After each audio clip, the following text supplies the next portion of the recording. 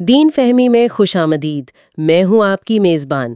آج ہم اسلام میں قیادت اور جانشینی کے آپ کہہ لیں بڑے نازک موضوع پر بات کریں گے۔ جی ہاں، پیغمبر اسلام صلی اللہ علیہ وآلہ وسلم کے بعد سے یہ ایک مرکزی نقطہ رہا ہے۔ بالکل، ہمارے پاس ایک مباحثے کا ٹرانسکرپٹ ہے جس میں شیعہ اور سنی دونوں مکاتب فکر کے دلائل ہیں۔ تو مقصد یہ ہے کہ ان دلائل کو سمجھا جائے بغیر کسی طرفداری کے۔ جی، مقررہ کردہ قیادت بمقابلہ منتخب قیادت، اہل بیت کا کردار، امام مہدی، یہ سب نکات ہیں۔ آئیے ذرا تفصیل سے دیکھتے ہیں۔ اور ہاں، یہ یاد دہانی کہ الفضل العظیم کا مقصد ہمیشہ آپ تک ایسی ہی فکر انگیز دینی معلومات پہنچانا ہے۔ تو متن میں پہلا اہم نقطہ وصیت کا ہے۔ جی، دلیل یہ ہے کہ پیغمبر نے خود وصیت پر بہت زور دیا۔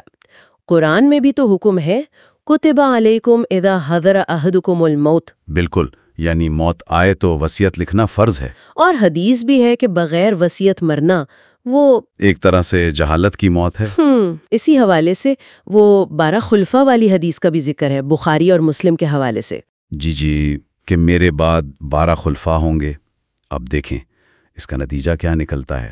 ہاں، کیا مطلب ہے اس کا؟ مطلب یہ کہ اگر وصیت اتنی ضروری ہے اور پیغمبر نے 12 خلفاء بشمول امام مہدی کی خبر بھی دی، تو کیا یہ اشارہ نہیں کہ جانشینی کا ایک سلسلہ پہلے سے طے شدہ تھا، الہی طور پر مقرر کردہ؟ اچھا، اور پھر اسے جوڑا جاتا ہے اولی الامر کے تصور سے؟ یعنی وہ جن کی اطاعت کا حکم خدا اور رسول کے ساتھ ہے۔ بالکل۔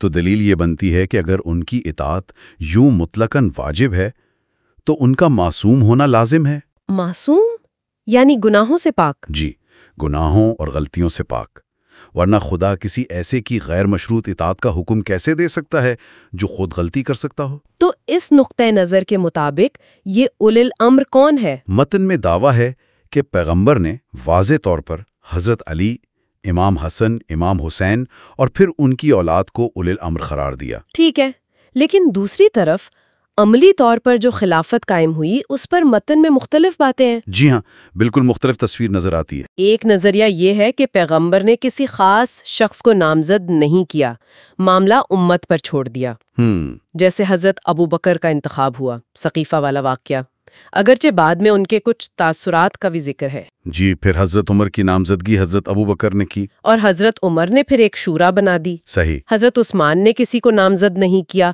حضرت علی نے بھی نہیں کیا، اور حضرت حسن، انہوں نے تو دستبرداری اختیار کر لی۔ تو یہ تو بہت مختلف طریقے ہو گئے، انتخاب، نامزدگی، شورا، پھر کسی کو نامزد نہ کرنا۔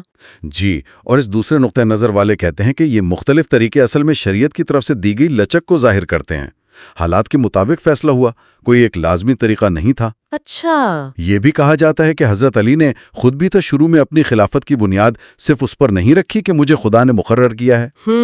یہ بھی ایک نقطہ ہے۔ اور حضرت حسن کو نامزد نہ کرنا شاید حکمت عملی تھی تاکہ مزید اختلاف نہ بڑھے۔ تو پھر وصیت والی احادیث اور یہ عملی طریقے، ان میں مطابقت کیسے ہو، یہ سوال تو رہتا ہے۔ بالکل، یہ بنیادی سوال ہے۔ اب ذرا امام مہدی کی بات کرتے ہیں، مستقبل کی قیادت۔ جی، ان کی آمد پر تو تقریباً اتفاق ہے۔ ہاں، متن کہتا ہے سب متفق ہیں، لیکن سوال یہ اٹھایا گیا کہ اگر پیغمبر نے اتنے مشکل آخری زمانے کے لیے رہنما یعنی مہدی مقرر کر دیے تو اپنے فوراً بعد والے دور کے لیے کیوں نہیں کیا، جبکہ وہ شاید کم مشکل دور تھا؟ یہ ایک بہت اہم سوال ہے متن میں۔ اور یہ بھی کہ مہدی آ کر انصاف قائم کریں گے، لیکن شروع میں خود مسلمان ہی ان کی مخالفت کریں گے۔ دیکھیں، امام مہدی کا اہل بیت سے ہونا اس دلیل کو تقویت دیتا ہے جو اہل بیت کی مرکزیت پر زور دیتی ہے۔ اچھا، متن میں یہ بحث بھی ہے کہ اگر مہدی معصوم نہیں تو انتظار کیوں؟ جواب دیا گیا کہ انتظار پیغمبر کے وعدے کی تکمیل کا ہے۔ اور یہاں پھر وہی اطاعت والا نقطہ آ جاتا ہے۔ جی، علی الامر والا قرآن کی آیت کا حوالہ ہے، وَلَا تَرْكَنُوا إِلَى الَّذِينَ ظَلَمُوا، یعنی ظالموں کی طرف مت جھکو۔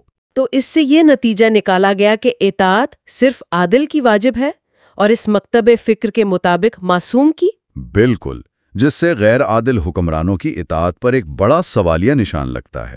تو خلاصہ کریں، اگر بنیادی اختلاف دو تصورات میں ہے۔ جی، ایک طرف الہی تقرر، معصوم امام، حضرت علی سے شروع ہو کر اہل بیت کے ذریعے امام مہدی تک۔ اور دوسری طرف قیادت جسے امت منتخب کرے یا دوسرے قابل قبول طریقوں سے قائم ہو، جس میں تقوی اور قابلیت اہم ہے، لیکن عصمت یا براہ راست تقرر ضروری نہیں۔ متن میں وہ حضرت حسن اور حسین والی مثال بھی دی گئی، سیدہ شباب اہل جنہ والی۔ ہاں، کہ جنتی نوجوانوں کے سردار کا مقام یہ تو خدا کا دیا وہی ہو سکتا ہے نا، بچپن کے اعمال پر تو نہیں ملا ہوگا، تو یہ الہی انتخاب ہے۔ تو سارا معاملہ پھر وہیں آ جاتا ہے، اولو الامر کی تشریح کیا ہے؟ کیا ان کا معصوم ہونا شرط ہے؟ اور وہ 12 خلفاء والی حدیث، کیا وہ ایک خاص نسب ہے یا کوئی بھی 12 حکمران؟ ہاں، اس پر بھی اعتراض ہے کہ اگر عام حکمران ہیں تو یزید یا مروان جیسے نام کیسے؟ بالکل، انہیں پیغمبر کی پیشگوئی میں کیسے شامل کریں؟ یہ سوالات متن اٹھاتا ہے۔ تو اس ساری بحث کا نچوڑ کیا ہے؟ ہم نے دیکھا کہ قیادت کے تعین پر کتنے مختلف دلائل ہیں: الہی تقرر بمقابلہ انتخاب، اہل بیت کا مقام، مہدی کا انتظار۔ جی، اور فرق بنیادی طور پر پیغمبر کی ہدایات جیسے وصیت اور اتھارٹی کی نوعیت، یعنی اولو الامر اور عصمت، ان کی تشریح میں ہے۔ اور یہ سوالات آج بھی اہم ہیں۔ یقیناً، قیادت کیسے طے ہو، اطاعت کا کیا مطلب ہے، اور کیسے ایک ہی متن سے اتنے مختلف نتائج نکل سکتے ہیں۔ متن کا اختتام تو امام مہدی کے اہل بیت سے ہونے کو ان کے حق پر ہونے کی دلیل کہتا ہے، لیکن اس سے آگے سوچنے کی بات یہ ہے کہ مہدی جیسے ایک منتظر، ایک مسیحا کا تصور، جی، جو آ کے سب ٹھیک کر دے گا، یہ تصور آج کے بٹے ہوئے منقسم معاشروں میں مختلف مذاہب اور ثقافتوں میں بھی تو کہیں نہ کہیں پایا جاتا ہے نا؟ یہ غور طلب بات ہے۔ واقعی یہ گہرا نکتہ ہے۔ دینی موضوعات پر ایسی ہی مزید گفتگو اور گہرائی کے لیے الفضل العظیم کو سبسکرائب کرنا نہ بھولیں۔